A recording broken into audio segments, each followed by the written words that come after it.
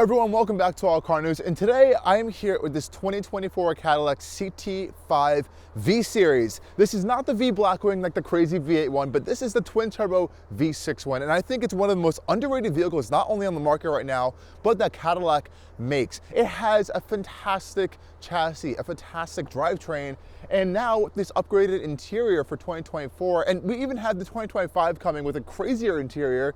It's really good, and I think it's definitely something you should consider on the market. I've genuinely been blown away by this thing over the past week. As someone who didn't really like the entry-level CT5 with the 4-cylinder, and even the Sport was just okay, but this one completely transforms my entire mindset on the CT5, this Alpha platform, and I have to say, I honestly would buy one of these if they weren't just so super expensive. Now let's take a full tour, review, and drive of this fantastic sedan from Cadillac and why I've really enjoyed it over the past week. Okay guys, now let's take a tour of under the hood, because this is one of where the heart of this car really comes from. Under here we have a 3-liter twin turbocharged V6 engine. If I can open the hood here, perfect. Fantastic powertrain. It's making around 360 horsepower in this V-Series configuration, as well as over 400 pound-feet of torque, sent through exclusively GM's 10-speed automatic gearbox. Now this one's going to all 4 wheels, so there is a rear-wheel drive option available. This one also has a 20th anniversary package because it's celebrating 20 years of the Cadillac V nameplate, which is really impressive. And I think they have come such a long way over these years. This powertrain is fantastic. It has a fantastic exhaust note. It has a good engine feel and sound, and a good kind of dynamic flexibility between the different drive modes, where it can be really docile, calm, with good enough power for daily driving. But when you really put it into those more aggressive modes with the transmission tuning, with the engine tuning, with the aggression it can kind of achieve. We can see the engine is nice, mounted far back under the hood. This is a rear-wheel drive platform. This is GM's Alpha chassis, which is shared with the CT4 as well as the Camaro. So a pretty dynamic and impressive chassis nowadays. We can see these really nice shock absorber towers here. Now this is going to be housing the magnetic dampers as well for the MagneRide suspension. And really nice packaging in here. I like this twin turbo engine cover here with the Cadillac badge. You can see some of those V graphics right here on the intakes. It's a really nice engine bay as well. I think they're finally trying to figure it out, and they're trying to do it better than they used to before, because this vehicle, when it came out, kind of stumped some heads with the naming, especially because the old V was the full V, and now the V is just the V6. Well, the Blackwing is the V8. Okay, everyone, here we are with the 2024 CT5-V Series. Opening it up with these nice LED lights up front. The mirrors will unfold for you, and you have that really signature Cadillac fascia now we have these days. And it looks really aggressive in this V Series fascia with this blacked out front end, really aggressive and sporty lower bumper area. And I love these blacked out contrasting bits. These grills also really open. You can see all the cooling going on behind there. I love those little support bars. It's giving BMW, if anything, which I think is the target kind of audience that this car was going for. And I think it really achieves it, especially with this kind of updated version. Now, this one's finished here in Velocity Red. It's a gorgeous paint color for the car. We have 19-inch bright wheels here. I think they also look really good. You can get dark wheels as well if you don't like these. And I think the car just looking really aggressive in this particular spec. I wasn't the biggest fan of the CT5 when it came out and it debuted in kind of like the regular trims with just the 4-cylinder. This has really been growing on me over the past years with the V badging, the more aggressive black trim. I really like the stance of this car. And if you don't know the CT5, it's kind of an in-betweener car between like a 3 Series and a 5 Series in terms of its size, though pricing is definitely more on the end of the 3 Series, for example. Out back here, we have these clear smoked taillights, which look gorgeous, really aggressive and sporty. There's also little Cadillac badges up close on there if you can kind of get a little nudge at them. It's kind of hard to see in the daytime. There you go, right there. Looks really gorgeous. A little bit of a small lip spoiler back here as well, which looks quite nice. And out back, I think it's a really nice looking rear end as well. It all comes to a nice point back there with kind of like that center line. We have that nice body colored accent lower diffuser there, and these gorgeous quad tip exhausts, and they're true exhausts. Those are actually 4 tips behind there as well, which is really nice. So there are a little bit of a bumper finish, but there are true 4 exhausts back there, which is gorgeous. Love the stance of Cadillacs as well. You can see the width of those tires back there. Looks really cool. And now I just want to show you guys some of the cool features on this one, because it is that 20th anniversary edition package. So up here we have that little bit of that badge on the grille right there, which is pretty cool. It's saying 20 years. And there's also a cool graphic under and inside on the digital cluster that pops up sometimes to show you that 20-year celebration. Now, performance-wise, the CT5-V Series can be had with 2 tires, I believe, from factory. This one are the more all-seasons tires. These are Pirellis. I believe these are Sato Zero tires. Now, it's a little bit cold today, so I think it's good we have a little more of a grippier tire. There's actually ice right behind me, if you can see on the grass, so it's finally that time of the season. You can also get these with a summer tire, which is probably going to be more preferred for premium performance, but these are pretty good. I haven't had too issues with them, but you can definitely see the additional grip on there that you're going to need for this all-weather traction. And thankfully, this does have a fantastic all-wheel drive system, very rear biased, and I believe there's a rear differential that really kicks into gear. You can kind of see the distribution of the power within the gauges. I do like these V branded brake calipers as well. You can see right behind these gorgeous wheels, really nice. Brakes are also fantastic on Cadillacs. They really do know how to make a good steel braking system as well. Love the subtle V badging on the side of the vehicle as well. Definitely really aggressive looking. I like that. And you can also see it on the rear end. Very slim side mirrors. We do have blind spot integrated into them, which is nice, but I wish they were a little bit bigger. And I really like the door handles on the CT5 actually. So if you can see right here, guys, the door handles actually have this little Cadillac badge on them right there, and that's where you press the lock to lock the vehicle.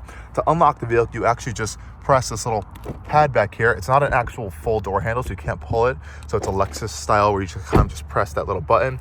And this has a nice little ambient LED light strip that lights up at night, which looks really premium. And you can find that on all 4 door handles as well. Really cool touch there. Now, one major feature you may be noticing that's absent from this vehicle is a sunroof. Yes, this one does not have a sunroof. It's coming in at $67,000 as spec'd here. It does start around $51,000, and it is an option. And I'm not really sure why this one does not have it. I think it's a little bit of an expensive package to get with it, and this one has a strange packaging option, so it may not be compatible with it, but I'll have to do some double checking on that. But I would really like to have this a sunroof, or at least a carbon fiber roof option, or some kind of contrasting black roof option if you're not getting a sunroof. I think that would look really cool on this car. Let's take a quick tour of the trunk space now. We can open it from our Cadillac key fob here.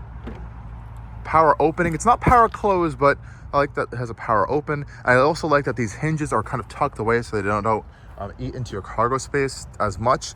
It's a pretty decent size of space. You can see my tripod is pretty much takes up almost all of the inner like length in there. If I move this back, I believe we have this little floor here which reveals some storage, probably for some tire repair kit. This does not have a spare whatsoever, and you do actually have some side storage on this right hand side to put things in. And the seats do fold flat, though there's a very interesting shape of where they kind of fold down, so you don't have the full width to kind of put things in under here. It's almost like this little shape in there, which is pretty interesting. And you can see some additional components for your speaker system in here with the Bose Performance Audio. Gorgeous and fantastic speaker system, but decent amount of space back here. Definitely not the biggest thing on the planet. It's not the biggest sedan as well, so that's something to be expected. You do have a little handle here to close the trunk, but again, no power, so you're gonna have to actually manually close your tailgate. Now, what also isn't super big are the rear seats, so let's go check those out. Now the vehicle should be open. Again, those kind of electronic door handles here, which do feel quite nice. We do have that false C-pillar thing that some people aren't the biggest fans of. So this isn't glass. It's just a giant piece of black plastic to kind of for style. The glass actually ends like right around here. So that's interesting. It's grown on me over the years, but still not my favorite design on the planet. Back seats, really pretty decently spacious in here. Nothing too big. It's just adequate, I would say. Hopping inside, I'm 6 feet tall. I fit pretty decently well in here. I have a lot of foot room actually. I'm sitting pretty far back. This is my driving position. It's not the worst thing. I have a lot of knee room, which is great. Some storage cubbies back here. I have a USB-C port, a 12-volt socket, and 2 little air vents, but no controls for your vents back here. It does feel very premium and nice actually. The fit and finish is fantastic, and this passenger seat is a little bit further forward. You can see you have just a bit more foot room because that seat's a little bit higher. You do have some nice sculpture going onto the seats. There's a black perforated leather interior option with this kind of copper contrasting stitching, which is really quite nice. They feel very comfortable. I have no complaints with the seats back here. You can fold this down for some 2 additional cup holders as well, and like I said, you can fold these seats down to access that additional storage space. Closing the doors back here. Nice solid thunk from this platform. Headroom is pretty good back here. I would say I have maybe half an inch actually, but I do fit fine. It's nothing really too bad. I'm very curious to see how a sunroof would impact that headspace. Otherwise, it's a pretty nice back seat, and visibility and kind of glass back here is huge, so you don't feel cramped. Okay, hopping up front in the CT5-V Sport again. We saw the same style with those door handles. Very nice and easy to open. I just have the lights on there. It's going to keep dinging at me. Really nice stuff going on up here as well. Same nice materials on the door panels with that carbon fiber, real metal as well with memory seats. Decent amount of storage space, but definitely could be bigger. We have a trunk release button as well as these really gorgeous aluminum side sill plates that are illuminated at night, so the V logo will light up, which I think is really nice. Just regular carpet mats here with the V badge in there, which is again really cool. And these seats are actually pretty comfortable, decent amount of adjustment and support. I believe they are 18-way power seats. We do have a little bit of a roll massage function as well, and 4-way lumbar adjustment. Nice side bolsters which are adjustable, and I like this little V accent in the seats. I think all Cadillacs actually have that, which is a nice little touch. And just check out this cockpit though. Let's hop inside so I can show you this a little bit better. Nice solid thunk again from the doors, and this is my favorite space of the CT5-V Sport. We can see that 20th anniversary graphic popping up there, which is really cool. And starting up the CT5-V Sport is pretty simple. Put your foot on the brake, pop over to your start stop button, and it comes to life. So why is this my favorite place of the V? Because this is the driver's seat. It's a really great space. So now we can see here all the tech and things we're seeing before the 2025 update, which was just revealed. That has a new curved display, which replaces both of these displays in the entire dash design. Though I think I actually prefer this one better, just because of this cockpit style display. I kind of like that there's like an actual kind of shielded digital gauge cluster as well. And I'm not a super big fan of this infotainment system, but it's honestly completely fine, and I'm really just focusing on this area right here. I love this steering wheel. It's completely leather wrapped, very soft, expensive feeling leather, which I really like. There's also a leather stitched airbag cover, which is a gorgeous feature. Really nice Cadillac badge there. Love the carbon fiber trim on the steering wheel as well, which is carried down to this nice metal strip with a little V badge at the bottom as well, which looks really gorgeous. The whole thing feels very premium and very well put together. I love that. We also have these metal paddle shifters back here. Just kind of hear that. They feel very satisfying and nice to click and touch as well. And we can also note that there's the Supercruise function in here, so you have that built into the steering wheel, so this will light up green, blue, or red depending on the status of Supercruise. There's some infrared sensors up here as well as in this little tracker right there. We'll get to that in the driving impressions. Again, really nice steering wheel. We have a heated steering wheel here, nice V mode button, and all these buttons do light up at night, which is really nice. This is your customizable drive mode. Typical stocks for our turn indicators as well as our windshield wipers, and I love this digital cluster. I want to spend a little bit of time talking about it because it's fantastic. So this is in Tour mode, but when you pop it into your custom V mode, you'll see it kind of changes a little bit into this sport graphic here. And V mode, since it's in your custom mode, you can kind of adjust all these different parameters from steering, suspension, engine, braking feel, engine sound, and your different performance traction management levels, which is just nuts. And then there's also a whole bunch of drive modes, which you can control from this drive mode selector here. And then you can see from my mode, from snow, ice, track, which gets this really cool dynamic display here. Check that out. Really cool. We also have Sport, Tour, and Tour is the one we started. And so I'm going to leave it in Sport now because I like this gauge, my favorite. And you can customize all of these tiles on this left-hand side. All 4 tiles you can customize. And this right-hand side panel is configurable with this little panel here to go through all these different displays. And honestly, this might be one of my favorite gauge clusters I've experienced this year. It's just so easy to use. And I don't care that there's no like digital map on here. I don't like seeing maps on my digital cluster. I think I like useful information, and this has a lot of useful information, and it's really fantastic for me. So big kudos to this. I wish they kept this, but I know on the facelift one it's a little bit more different style. We also have a heads-up display there. It's kind of visible, kind of not. It's pretty simple in heads-up display. You have these hard buttons here to quickly move it around, which I absolutely love. I hate digging through menus to try to adjust my heads-up display when I want to do so quickly. The only adjustment is to rotate it, and you actually have to go through the screen here to do that, which is fine. It's only one adjustment, and you never really have to do that again. You also have an SD card slot here for your performance data recorder, which lives up in this panel here. So it's a camera, which will kind of track your performance on the track. And you can overlay some performance data, which is really cool on there. Electronic parking brake and some master brightness switches there, which is really nice. And now this infotainment system is my only like real actual gripe with this interior. It's a little bit dull. I don't like the flat placement where it's kind of pointed upward. I wish it was pointed a little bit more towards the driver. And in some apps, in some settings, it's a little bit low contrast. If you can kind of see here, I'm going on different angles, the contrast isn't very consistent and you can't adjust it. I know that's being corrected with this new infotainment system that's coming out, but that's really my only complaint with this car. I just throw on Apple CarPlay, it's wireless, you have a wireless charging mat here, and I never have any issues or complaints there. My only issue here on this center console is these buttons. I think they all work fine, they look fine. They're just in a weird spot ergonomically to kind of touch sometimes. Like I didn't even know there was auto hold because I couldn't see it because the shifter has been blocking it this whole week. We have auto brake hold here, an auto stop start button, as well as your drive mode selector.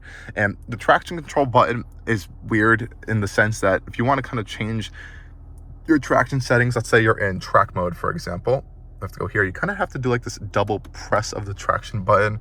So if I press it once, let's see if it turns off traction control there, but if I press it twice in like the right sequence, there we go, you can get your performance traction settings up there. You have to like double tap it in this weird way to get it to work. Otherwise, it's fine. I don't like digital rearview mirrors, but for some reason, it really works on this CT5. The rear glass isn't super big, and I haven't had any issues other than when there was a whole bunch of leaves covering it after a little bit of a rainstorm.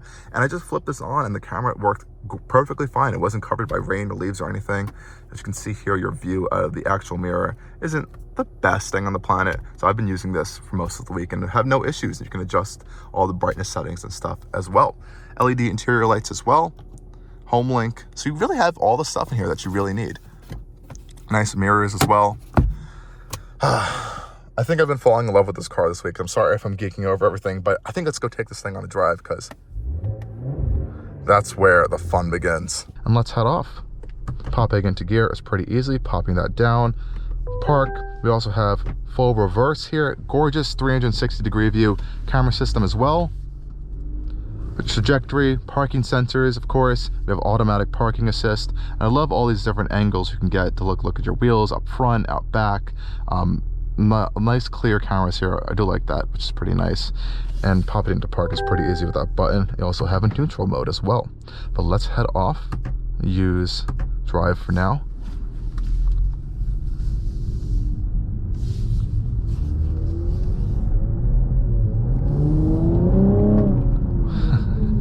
I've been having an absolute blast driving the CT5-V Series around for this past week. And I want to start it off in touring for you guys while we head off, because this is the most comfortable daily setting that I think is a really good blend for normal usage here. Your exhaust is quieter, your steering is in comfort mode, suspension's in the softest setting, and I think it feels really nice in these settings. And even in tour mode, you get some nice exhaust notes in here. I really do like that quite a lot. That's just tour mode. This car has complete different personalities in the different drive modes, and I think that's what makes the V Series the Cadillac CT5 to get.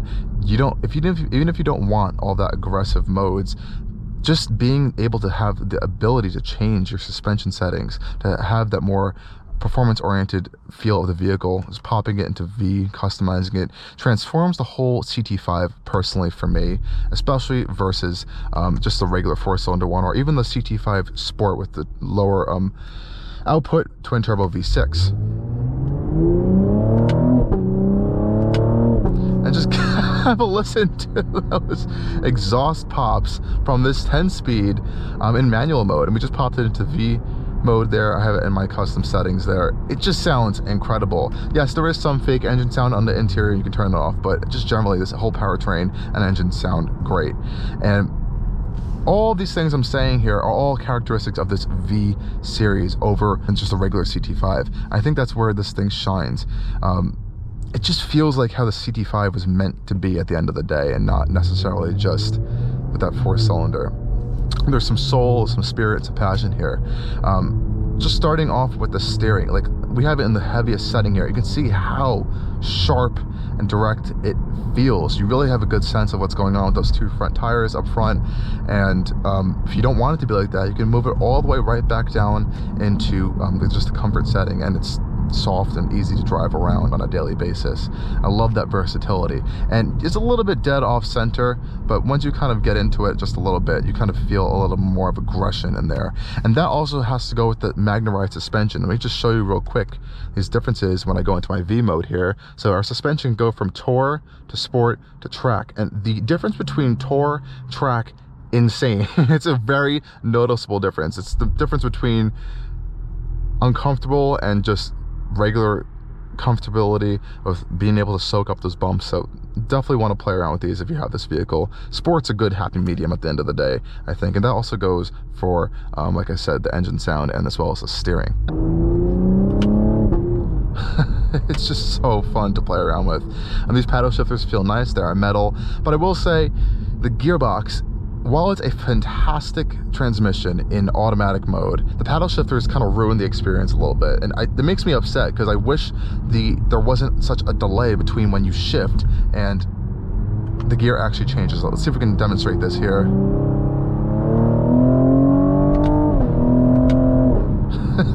Okay, upshifts are a little quick. Downshifts can be slow.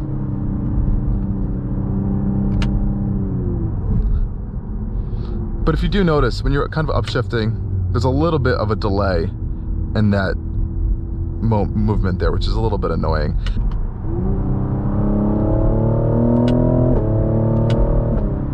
So how does Supercruise work? What is it? Supercruise essentially is a highly advanced level 2 driver assistance feature, and it works on, I think, over 200,000 miles of pre-approved highways in the United States, and I think they've driven over like 32 million miles collectively with all these different vehicles on the road that have Supercruise since it's kind of launched. So all that data has been kind of being collected by GM to kind of improve Supercruise for everyone, improve how it works, how the different functionalities are, and I think that's fantastic.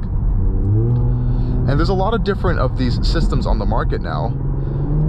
I just can't get over this exhaust sometimes. Oh, sounds gorgeous. Pop it back into tour mode for a second. We have Ford's Blue Cruise, which is pretty good. I still think this is one of my favorites though, and just how the general implementation is. Now this is a pretty expensive package if you want to get Supercruise on the CT5. It's around $4,000-ish, I think. And I don't know, I think it might be worth it though if you're doing a lot of long road trips. So once you are on a kind of pre-approved road, it will understand that it's right to be activated. So here we are, and now it's activated. So you can see that little green bar on the top of my steering wheel here. That means Supercruise is on. You also have, oh look at this, it's doing its auto lane change now. So I have my speed set, it sees there's a slow car in front of me, and it's like, oh, you should be in a faster lane. So it's gonna move you over to the left-hand lane where it's safe for passing, and we can kind of maneuver around these vehicles. And it will actually move you back into another lane when it feels, the rightermost lanes, when it feels like you can't. So it's doing it right now actually. It may blink a few times because the camera is on my head and it may not be able to track my eye movements, so I may have to look up just a little bit. Apologies for that. But there are infrared sensors here as well as right here looking at your eyes to make sure you're always looking at the road, because yes, you can take your hands off the wheel actually with this Supercruise. Of course, you always want to be attentive, but you are allowed to technically take your hands off the wheel as long as you're always looking at the road. And if you stop looking at the road, for example, I'm just going to cover up the camera here to kind of simulate this. It will start blinking at you and it will eventually turn red saying Supercruise is unavailable.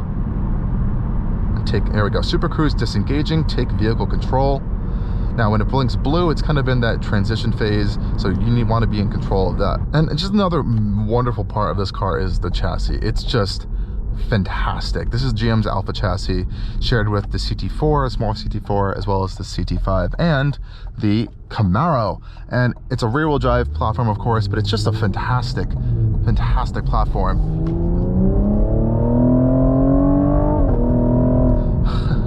GM has really learned from like the Germans. They've taken their engineers, they've done their kind of research and stuff, and really perfected it into this car. It's just great. I love the customizability and the tuning of the steering.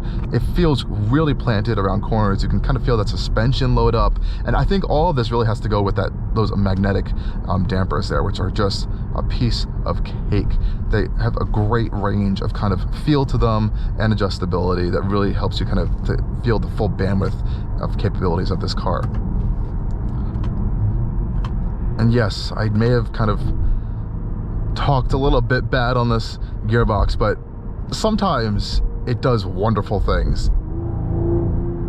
and it works really well. Oh, this car is just a monster sometimes. Really impressed. Let's see.